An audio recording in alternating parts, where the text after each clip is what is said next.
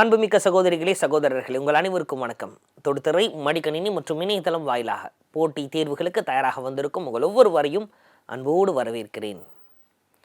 கடந்த பதிவுகள் எல்லாவற்றிலையுமே டிஎன்பிஎஸ்சியினுடைய அப்டேட்டட் சிலபஸ்க்கு ஏற்ற மாதிரி பொது தமிழ்லேருந்து பல்வேறு விஷயங்களை நம்ம பேசி வருகிறோம். குறிப்பாகவே இந்த அப்டேட்டட் சிலபஸில் நமக்கு இலக்கணத்துக்கு அதீத முக்கியத்துவம் கொடுக்கப்பட்டிருக்கிறது இல்லைங்களா? ஆமாம், அந்த இலக்கணத்திலிருந்து மட்டும் டைரெக்டாகவோ இன்டைரக்டாகவோ 85 கேள்விகள் கேட்கப்படுகிறது. ஸோ அப்போ அதுக்கேற்ற மாதிரி இலக்கணத்தை எக்ஸாமுக்கு தேவைப்படுற மாதிரி எல்லா விஷயத்தையும் நம்ம பேசிக்கிட்டு இருக்கோம். அந்த வரிசையில் பகுபதம் பகாபதம் அப்படின்ற ஒரு கான்செப்டை நம்ம இதுக்கு முந்தைய பதிவில் பார்த்துருந்தோம். அதன் தொடர்ச்சியை இந்த பதிவில் நாம் பார்க்கலாம்.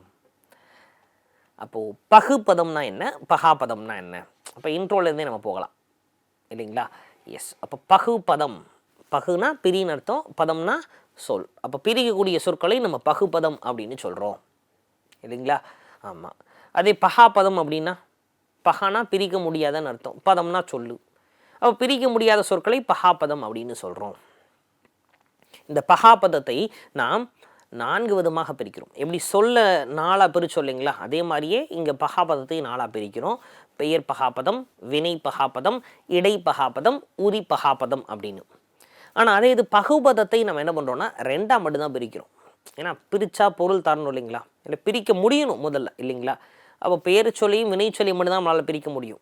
இடை சொல்லியும் உரி சொல்லியும் பிரிக்கவே முடியாது. ஏன்னா வேறு சொல் மாதிரி இருப்பாங்க அவங்க இல்லைங்களா? எஸ். ஸோ அப்படி நம்ம பகுபதத்தை 2ஆக பிரிக்கிறோம். 2ஆக பிரித்தால் நமக்கு பெயர் பகுபதம் அப்படின்னும் வினை பகுபதம் அப்படின்னு கிடைக்கிது.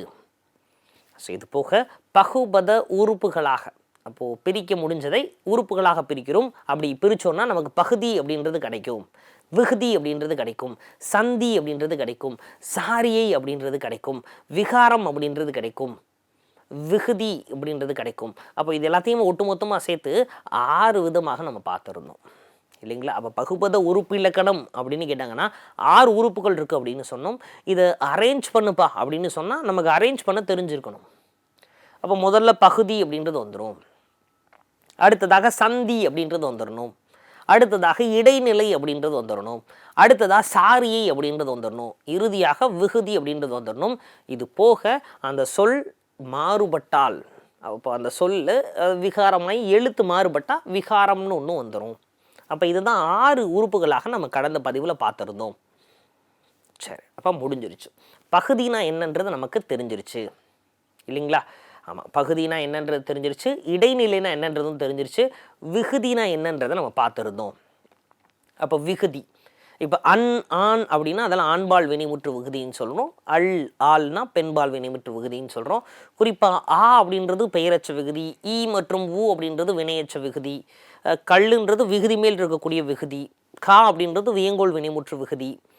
இதெல்லாம் நம்ம கடந்த பதிவுலையே அப்படியே படிச்சிருந்துருப்போம் இல்லைங்களா? எஸ்.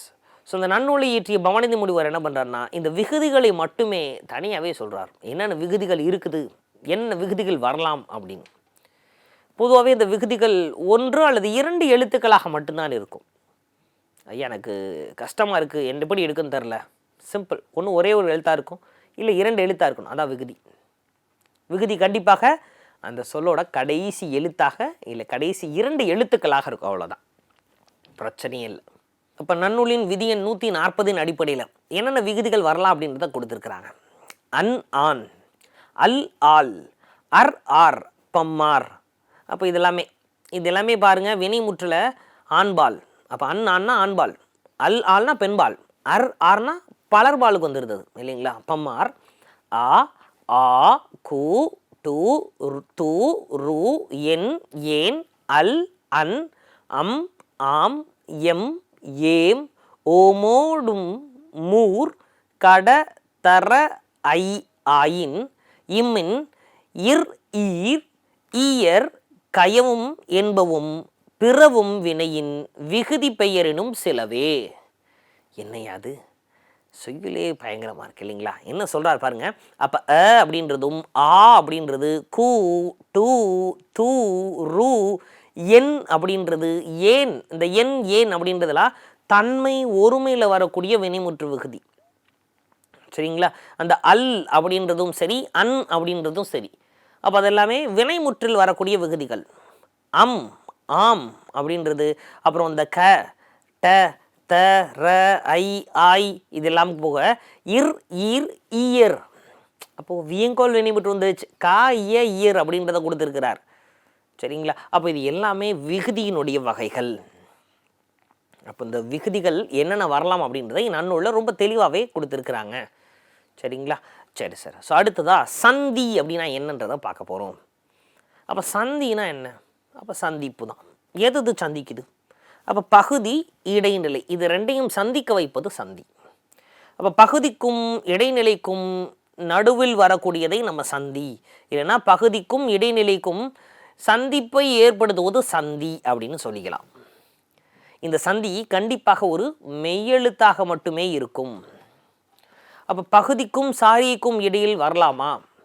ஒருவேளை பகுதிக்கும் இடைநிலைக்கும் வராத பட்சத்தில் பகுதிக்கும் சாரியைக்கும் இடையில் கூட இந்த சந்தி வரலாம். அப்போ என்னென்ன சந்திகள் சார் இருக்குது? ஏன்னா விகுதிக்கு தான் அவ்வளோ சொன்னீங்களே, சந்திக்கு அப்படி ஏதாவது இருக்கா? எல்லா 18 மெய் எழுத்துமா வரப்போது கிடையாது. அப்போ என்னென்ன சந்திகளாக ஏற்றுக்கொள்ளப்படுகிறது? இக், இத்.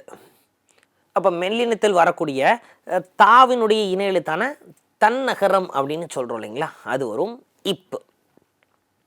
அவன் பாருங்க, கா இத்து, இத்துக்கு அதாவது இந்து அப்படின்றதுக்கான இணை எழுத்து இத்து இப். இந்த 4 எழுத்துக்கள் சந்தியாக வரலாம். உய்க்கும், உய் கூட்டல் இக்கு கூட்டல் இக்கு கூட்டல் உம் அப்படின்றாங்க. அப்போ உய் அப்படின்றது பகுதி, இதில் இக் அப்படின்றது சந்தி. அடுத்த இக்கு சாரியை, உம் அப்படின்றது விகுதி. சரிங்களா? அப்போது உய் கூட்டல் இக், அப்போ பகுதிக்கு அடுத்து வரக்கூடியது சந்தி. அப்போ இக்கு பயன்படுது. அடுத்து படித்தார், படி கூட்டல் இத்து கூட்டல் இத்து கூட்டல் ஆர். அப்போ படி அப்படின்றது பகுதி, இத் அப்படின்றது சந்தி. அப்போ சந்திக்கு அடுத்து வரக்கூடியது அடுத்த இத்து இடைநிலை, ஆர் அப்படின்றது விகுதி. அப்போ பலர்பால் விகுதி அது, பலர்பால் வினைமுற்று விகுதி அது ஆர். நடந்தான், அப்போ அதை நட கூட்டல் இத்து கூட்டல் இத்து கூட்டல் ஆண். நடன்ற பகுதிக்கும் இத்து என்ற இடைநிலைக்கும் இடையில வரக்கூடியது தான் சந்தி. பாருங்க, அப்போ இத்து இத்தோட இணை எழுத்தான தன்னகரம் இங்கே வந்துருச்சு. படிப்பால், படி கூட்டல் இப்பு கூட்டல் இப்பு கூட்டல் ஆள். அப்போ படின்றது பகுதி, அதுக்கடுத்து வரக்கூடியது இப்பு சந்தி, அதுக்கு அடுத்து இப்பு தான் இடைநிலை. அந்த இடைநிலைக்கும் பகுதிக்கும் நடுவில் வரக்கூடியது. அப்போ ரெண்டாவது வரக்கூடியதில் முதல் பகுதிக்கும் இடைநிலை, அதுவும் இப்பு தான். அப்போ இடைநிலைக்கும் பகுதிக்கும் நடுவில் வரக்கூடிய இப்பு தான் சந்தி. இறுதியாக ஆண் அப்படின்றது ஆண்பால் விகுதி, ஆள் அப்படின்னா அது பெண்பால் வினைமுற்று விகுதி. அப்போ சந்தினா என்னன்னு நமக்கு தெரிஞ்சிருச்சு. அடுத்ததாக சாரியை. அப்போ இடைநிலைக்கும் விகுதிக்கும் இடையில வரக்கூடியதை சாரியை அப்படின்னு சொல்கிறோம். இதே இது சந்திக்கும் விகுதிக்கும் இடையில கூட வரலாம்.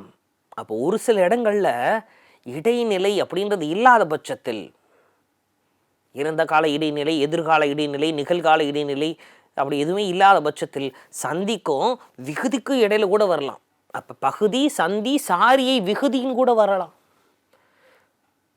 ஒரு சில வார்த்தைகளில் சாரியை இல்லாமலும் போகலாம். சாரியே இல்லாமல் கூட இருக்குது. பகுதி, சந்தி, இடைநிலை, விகுதி அப்படின்னு கூட இருக்குது. இந்த சாரியாக என்னென்ன எழுத்துக்கள் வரலாம்? அ அப்படின்றது வரலாம், அன் அப்படின்றது வரலாம், உ அப்படின்றது வரலாம். இங்கே பாருங்க, வந்தது, அப்போது வா அப்படின்றதான் பகுதி. அப்போ வான்றதானே வேர் சொல். அப்போ வா கூட்டல் இத், இத் அப்படின்றதனுடைய இணை எழுத்து இந்த். ஏன்னா வந்தது இந்து வந்திருக்குல்ல, அப்போது இத் தாவோட இணை எழுத்து நான். அப்போ தன்னகரம் அதுக்கு சொல்கிறோம். இத்து ப்ராக்கெட்டுக்குள்ளே இந்து, அதுக்கப்புறம் ஒரு இத். இந்த இத்துன்றது இறந்த கால இடைநிலை. அதுக்கப்புறம் பாருங்க ஆ, ஏன்னா வந்தது, அப்போ வா கூட்டல் இத்து கூட்டல் இத்து கூட்டல் ஆ கூட்டல் தூ, தூன்றது விகுதி. அப்போ இங்கே சாரியும் வந்துருக்கா. வந்தது அப்படின்றத எடுத்துக்கூடனா பாருங்க, வான்றது பகுதியாக வந்துருச்சு. அப்போ இத்து ப்ராக்கெட்குள்ளே இந்து அப்படின்றது சந்தியாக வந்துருச்சு. இத்துன்றது இறந்த கால இடைநிலையாக வந்துருச்சு. ஆ அப்படின்றது சாரியை, தூ அப்படின்றது விகுதி. இப்போ சாரியை கரெக்டாக இடைநிலைக்கும் விகுதிக்கும் நடுவில் வந்திருக்கு. அப்போ ஆ அப்படின்றது ஒரு சாரியை. அடுத்தது படித்தான். அப்போ படி கூட்டல் இத்து கூட்டல் இத்து கூட்டல் அன் கூட்டல் அன், ஏன்னா படித்தான் அப்படின்றாங்க. அப்போ படித்தான் அப்படின்றத படி கூட்டல் இத்து கூட்டல் இத்து கூட்டல் ஆண் கூட்டல் அன், படித்தான் அப்படின்றாங்க. அப்போது இதில் அன் அப்படின்றத நம்ம பயன்படுத்தியிருக்கோம், சாரியாக வந்திருக்குது இல்லைங்களா. அடுத்ததாக சொல்லுக, சொல் கூட்டல் இல் கூட்டல் ஊ கூட்டல் கா. அப்போ சொல் அப்படின்றது பகுதி, வேர் சொல். அடுத்து இல் அப்படின்றது இங்கே சொல்ல சொல், அடுத்து இல் வருகுது இல்லையா, இதுதான் இடைநிலையாக கொடுத்துக்கிறோம். அடுத்து ஊ அப்படின்றது சாரியை, க அப்படின்றது வியங்கோள் வினைமுற்று விகுதி. அப்போ சாரியை இங்கே வந்திருக்குது சரிங்களா. எஸ். ஸோ இதில் எந்த எழுத்துக்கள் வரலாம் அப்படின்றது தெரிஞ்சிருக்கு. இதில் ஒரு சில எழுத்துக்கள் பல்வேறு இடங்களில் வரும் சரிங்களா. அதை எப்படி சொல்கிறோம்னா எழுத்துப்பேரு அப்படின்னு சொல்கிறோம். இந்த எழுத்துப்பேரு காலத்தை உணர்த்தாது. மெய்யெழுத்தாக இத் அப்படின்றது வரும். 2 உயிரெழுத்துக்களுக்கு இடையில இந்த எழுத்துப்பேரு, அப்போ இத்துன்ற எழுத்து வரும். இப்போ எடுத்துக்காட்டாக செய்யாதே அப்படின்றத எடுத்துக்கோமே. அப்போ இதில் செய் அப்படின்றது பகுதி இல்லைங்களா. இ அப்படின்றது சந்தி. ஆ அப்படின்றது ஆனால் அப்போது இறந்த கால இடைநிலை ஆ படிச்சுட்டோம் நம்ம. அடுத்ததாக ஒரு இத்து கொடுத்துருக்குறாங்க. அப்போ இத்து சாரி தானே சார். நியாயமாக பார்த்தோன்னா இந்த செய்யாதேன்றதை எடுத்துக்கிட்டோன்னா செய் கூட்டல் இ கூட்டல் ஆ கூட்டல் இத்து கூட்டல் ஏ அப்படின்னு எடுத்தாச்சு. இதில் செய்யின்றது பகுதி கண்டுபிடிச்சிட்டோம். இ அப்படின்னு இருக்குது இல்லைங்களா.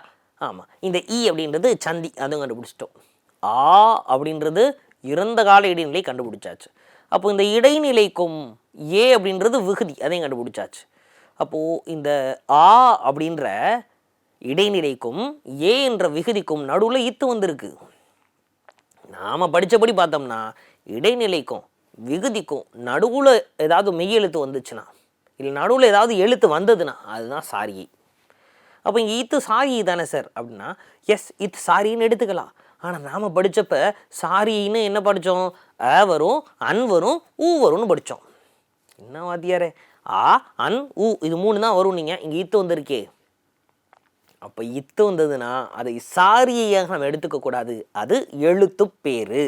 அப்போது இத் அப்படின்றது இந்த இடத்துல எழுத்து பேராக வந்திருக்கு, சாரியையாக வரவில்லை சரிங்களா. எஸ். அப்போ சாரின்னா ஆ அன் ஊ தான். இந்த இடத்துல இத் அப்படின்றது பாருங்கள் 2 உயிரெழுத்துக்கு நடுவில் வந்திருக்கு. ஆ அப்படின்ற இறந்த கால இடைநிலை, ஏ அப்படின்ற விகுதி, 2க்கு நடுவில் ஒரு மெய் எழுத்து இத்து வந்திருக்கு. அப்போ இத்து வந்துருச்சுனால இது எழுத்து பேர் தான். இந்த இத்து 2 உயிரெழுத்துக்களுக்கு நடுவில் வரும், இது காலத்தை உணர்த்தாது சரிங்களா. அப்போ எழுத்து பேருனா என்னன்றது தெரிஞ்சிருச்சுங்களா. சரி. ஸோ அப்போது இதே மாதிரி ஒரு சில பகுபத உறுப்பிலக்கணங்கள் நமக்கு சிலபஸில் கொடுத்துருக்காங்க, எக்ஸாம்லையும் கேட்டிருக்காங்க. அதில் இருக்கக்கூடிய விஷயங்களையும் பகுபத உறுப்புகளில் என்னென்ன மாற்றங்கள் ஏற்படுகிறது அப்படின்றதையும் நம்ம தெரிஞ்சுக்கணும். அப்போது பகுபத உறுப்புகளில் ஏற்படும் மாற்றங்களை தான் நம்ம இறுதியாக விகாரம் அப்படின்னு சொல்கிறோம். அப்போ எல்லா பகுபத உறுப்புகள்லையும் 5 இருக்கலாம், விகாரம் இல்லாமலும் இருக்கலாம். இப்போ எடுத்துக்காட்டால் அரேஞ்ச் பண்ண சொல்கிறாங்க, பகுபத உறுப்புகளின் அடிப்படையில் அரேஞ்ச் பண்ணு அப்படின்னா நம்ம முதல்ல பகுதி, கடைசியாக விகுதி சொல்லிடுவோம்.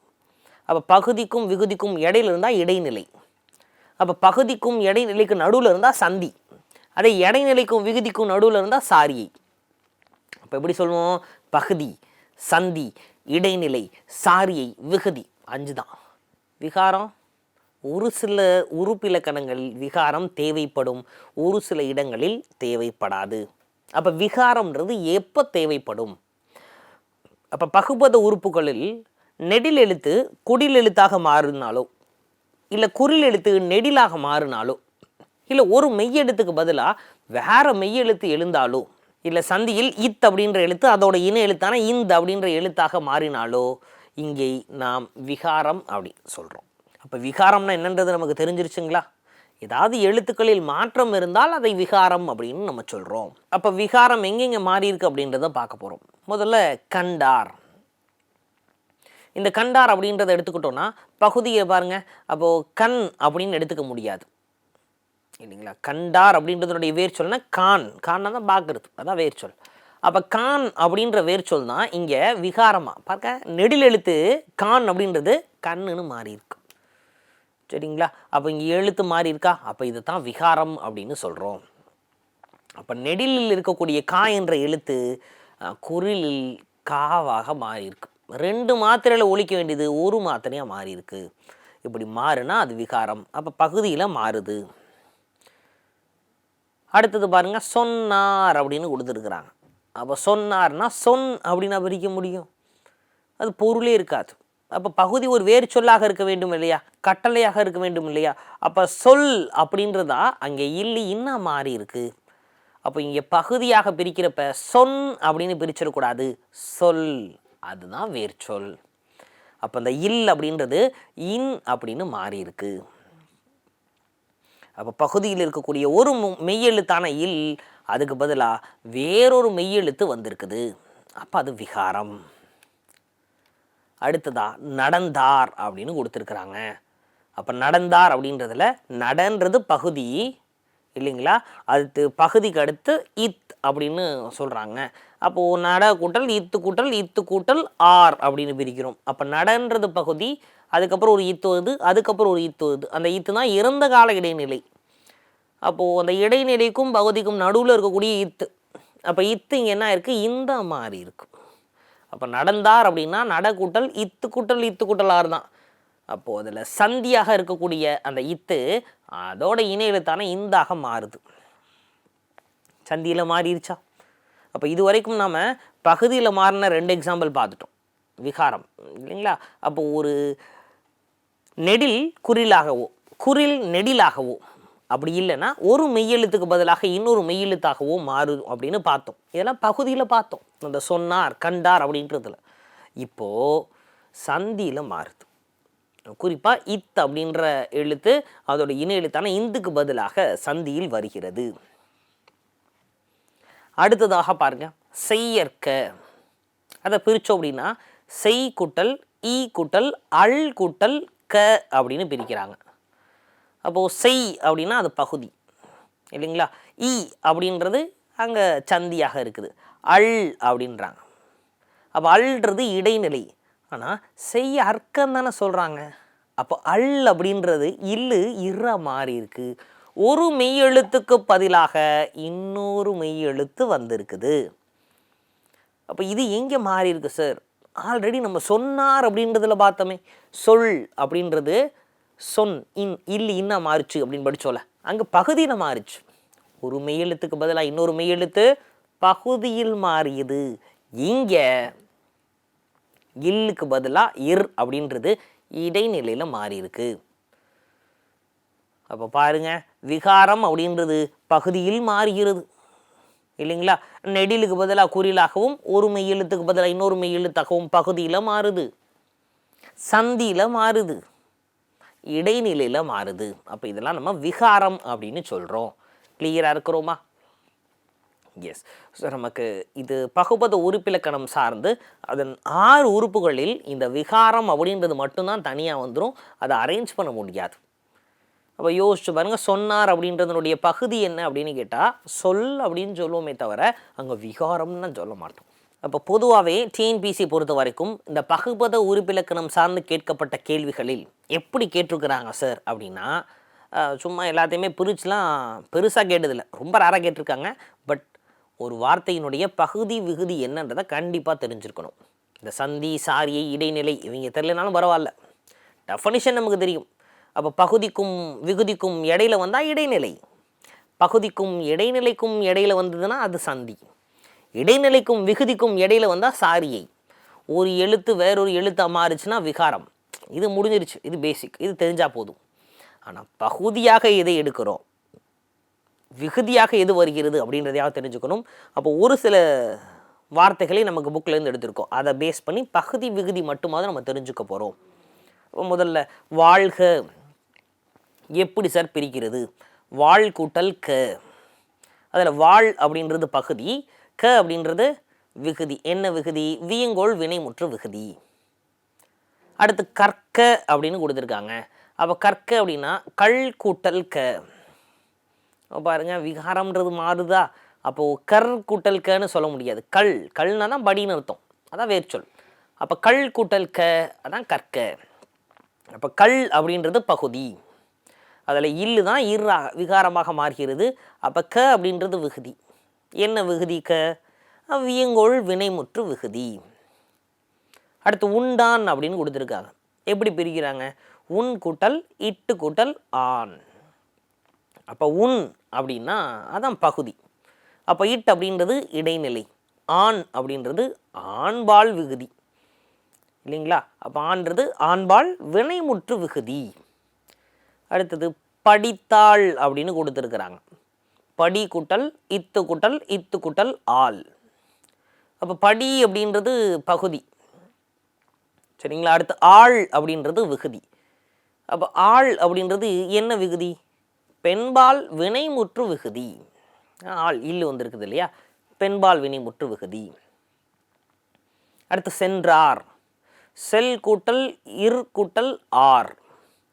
அதில் செல் ஏன்னா சென் அப்படின்னா அது அர்த்தமே இல்லை இல்லைங்களா? சென்னுனா அர்த்தமே கிடையாது. அப்போது செல் அப்படின்னா அதுதான் வேர்ச்சொல். அப்போ செல் கூட்டல் இர் கூட்டல் ஆர். அப்போ செல் அப்படின்றதுல இல்லு தான் இன்னாக மாறி இருக்கு. அப்போ இந்த பகுதியில் தான் இங்கே விகாரம் நடந்திருக்குது. இல் இன்னாக மாறி இருக்கு. ஆர் அப்படின்றது அப்போது சென்றார். ஆர் ஆர்ன்றது பலர்பால் வினைமுற்று விகுதி. ஆர் அப்படின்றது. அடுத்தது பாருங்க, சொன்னால் அப்படின்னு கொடுத்துருக்காங்க. அப்போ சொல் கூட்டல் இன் கூட்டல் ஆள். அப்போ பகுதி என்னது? சொல் தான். ஏன்னா சொன் அப்படின்னு வார்த்தை கிடையாது இல்லையா? வேறு சொல் தான். இங்கே விகாரம் இங்கே பகுதியிலே மாறி இருக்கு. இல் என்ற மெய்யெழுத்து போய் இன்னென்ற மெய்யெழுத்தாக வந்திருக்குது. ஆள் அப்படின்னா அது பெண்பால் வினைமுற்று விகுதி. சொன்னால். அடுத்தது உறங்கினான். அப்போ உறங்கு கூட்டல் இன் கூட்டல் ஆண். இது உன்னிப்பாக கவனிக்கணும். நிறைய பேர் என்ன நினச்சிருவோம் அப்படின்னா அந்த பகுதி பெரும்பாலும் 2 எழுத்துக்களாகத்தான் இருக்கும் அப்படின்னு நம்ம படிச்சிருப்போம். பெரும்பாலும் அப்படி தான் வரும். என்ன வேர்ச்சொல் வேறு சொல்லிட்டோமா? அப்போ பெரும்பாலும் 2 எழுத்தாக இருக்கும். ஒரு சில இடங்களில் வா போ அப்படின்னு ஒரு எழுத்தாக கூட இருக்கும் இல்லைங்களா? ஆமாம். ஆனால் இங்கே உறங்கினான் அப்படின்றத நிறைய பேர் உரன்னு எடுத்துருவாங்க. மீனிங்கே இல்லை இல்லைங்களா? அப்போ உறங்கு அப்படின்றது தான் அது வேர்ச்சொல். அப்போ அதைத்தான் நம்ம எடுக்கணும். அப்போ உறங்கினா உறங்கு, அதான் அதற்கான வேர்ச்சொல். அந்த வேர்ச்சொல் தான் அப்போ பகுதி. உறங்கு கூட்டல் இன் கூட்டல் ஆண். அப்போ உறங்குன்றதான் வேர்ச்சொல், அது பகுதி. ஆண் அப்படின்றது ஆண்பால் வினைமுற்று விகுதி. நடக்கிறாள் அப்படின்றாங்க. நட கூட்டல் இக்கு கூட்டல் கிரு கூட்டல் ஆள். அப்போ நட அப்படின்றதான் வேர்ச்சொல், அதுதான் அங்கே பகுதி. ஆள் அப்படின்றது பெண்பால் வினைமுற்று விகுதி. ஆள்னா பெண்பால்ல. சரி, அடுத்து பாருங்க, எதிர்பார்ப்பார்கள். அப்போ எதிர் கூட்டல் இப்பு கூட்டல் இப்பு கூட்டல் ஆர் கூட்டல் கல். அப்போ இதில் எதிர் அப்படின்றதான் பகுதி. அதான் பகுதி எதிர் அப்படின்றது. அப்போ ஆர் அப்படின்றது பலர்பால் விகுதி. ஆமாம், ஆறுனா பலர்பால் விகுதி. அப்போ கல்லுன்னு வேற இருக்கே, அந்த கல் விகுதி மேல் விகுதி. அதான் படிச்சோல, வாழ்த்து எழுத்து அப்படின்றதெல்லாம் எடுத்துக்கிட்டோம்னா தூ அப்படின்றது விகுதி தான். அந்த தூக்கு அப்புறம் வரக்கூடியது கல் விகுதி. அப்போ விகுதி மேல் வரக்கூடிய விகுதி தான் கல். இப்போ எதிர்பார்ப்பார்கள் அப்படின்றதுல என்ன இருக்குது? கல்லுன்றதும் ஒரு விகுதி தான் சரிங்களா? ஆர் அப்படின்ற ஒரு பலர்பால் விகுதியும் அங்கே இருக்குது சரிங்களா? கேர்ஃபுல்லாக இருக்கணும். அடுத்து படித்த. படி கூட்டல் இத்து கூட்டல் இத்து கூட்டல் அப்படின்னு பிரிக்க முடியும். படி அப்படின்றது ஒரு வேர்ச்சொல். அப்போ அதுதான் வந்து பகுதி. இறுதியாக ஆ அப்படின்றது இருக்குது. ஆ அப்படின்றது விகுதி. குறிப்பாக ஆ அப்படின்றதுனால இது பெயரச்ச விகுதியாக இங்கே நம்ம எடுத்துக்கலாம். அடுத்து நடந்து. அப்போது நட கூட்டல் இத்து கூட்டல் இத்து கூட்டல் ஊ அப்படின்றதுல நடன்றது பகுதியாக எடுத்துக்கிறோம். இத்து இந்த மாறி இருக்குல்ல, எங்கே சந்தியில் மாறி இருக்குது. ஒரு மெய்யெழுத்துக்கு பதில் இன்னொரு மெய்யெழுத்து வந்தால் அது விகாரம். எங்கே விகாரம் ஆயிருக்கு? சந்தியில் விகாரம் ஆயிருக்கு. அப்போ ஊன்றது என்ன சார்? ஊன்றது வினையற்ற விகுதி. வந்தேன். அப்போ வா கூட்டல் இத்து கூட்டல் இத்து கூட்டல் ஏன். இதில் வா அப்போ வேன்னு எடுத்துக்க முடியாது. ஓர் எழுத்து ஒரு மொழிலையும் வே அப்படின்றது இல்லை. அப்போது வே அப்படின்றது கிடையாது, வா அப்படின்றது தான் வேர்ச்சொல். அப்போது வா அப்படின்றது தான் பகுதி. அந்த பகுதி நெடிலாக இருந்த வா எப்படி மாறிடுச்சு? குறிலாக மாறியிருக்கு. அப்போ விகாரம் எங்கே? பகுதியில் நடந்திருக்கு. அப்போ வந்தேன் இத்து. அப்போ இத்து இந்த மாறி இருக்கு. அப்போது பகுதியில் மட்டும் மாறலை, சந்தியிலும் விகாரம் நடந்திருக்குது. வான்றது வேவா பகுதியில் மாறி விகாரம் நடந்துருச்சு. அப்போது இத்து இந்த மாதிரி சந்தியிலையும் விகாரம் நடந்துருச்சு. அடுத்து இத்து, அப்போ அந்த இத்து இடைநிலை, கடைசியில் ஏன் அப்படின்றது விகுதி. என் ஏன் இதெல்லாம் விகுதி. அடுத்து வந்த நள் அப்படின்னு கொடுக்குறாங்க. அப்போ இங்கேயும் அதே மாதிரி தான், வா கூட்டல் இத்து கூட்டல் அன் கூட்டல் அல். அப்போது இங்கே விகாரம் பகுதியில் நடந்துருச்சு இல்லைங்களா. வா அப்படின்ற நெடில் வ அப்படின்னு குறிலாம் மாறி இருக்கு. அதே மாதிரி சந்தியில் இத்து இந்த மாறி இருக்குது. அல் அப்படின்றதான் இங்கே விகுதி. அப்போ பெண்பாலை குறிக்குது வந்த நல் அப்படின்னு. அடுத்து செய்கின்றனர் அப்படின்றாங்க. அப்போ செய் கூட்டல் கின்று கூட்டல் அன் கூட்டல் அர். அப்போது இங்கே உன்னிப்பாக கவனிக்கணும். செய்கின்றனர் அப்படின்னா பாதி பேர் செய் கூட்டல் இக்கு கூட்டல் அப்படின்ட்டு இருப்பீங்க, கின்று. சரிங்களா. அப்போ கின்று அப்படின்றது என்ன சார்? இது அப்போது ப்ரெசன்ட் டென்ஸ் அப்படின்னு சொல்கிறோம் இல்லைங்களா, நடப்பு காலம். அப்போ நடந்துக்கிட்டு இருக்குது. இது எதிர்காலமோ இறந்த காலமோ இல்லை, நிகழ்காலத்தில் நடக்கக்கூடியது. அப்போ இந்த கின்று ஆணின்று அப்படின்றதுலாம் நிகழ்காலம். இங்கே கின்று அப்படின்றது நிகழ்காலத்தில் இருப்பதால் இது இடைநிலை, நிகழ்கால இடைநிலை கின்று அப்படின்றது. சரிங்களா. அன் அப்படின்றது சாரி, அர் அப்படின்றது பலர்பால் வினைமுற்று விகுதி. அப்போ விளையாதான் அப்படின்றாங்க. அதை எப்படி பிரிக்கிறோம்? விளை கூட்டல் ஈ கூட்டல் ஆ கூட்டல் இத்து கூட்டல் ஆண். அப்போ வெள்ளைன்றதான் பகுதி, ஆண் அப்படின்றது ஆண்பால் வினைமுற்று விகுதி.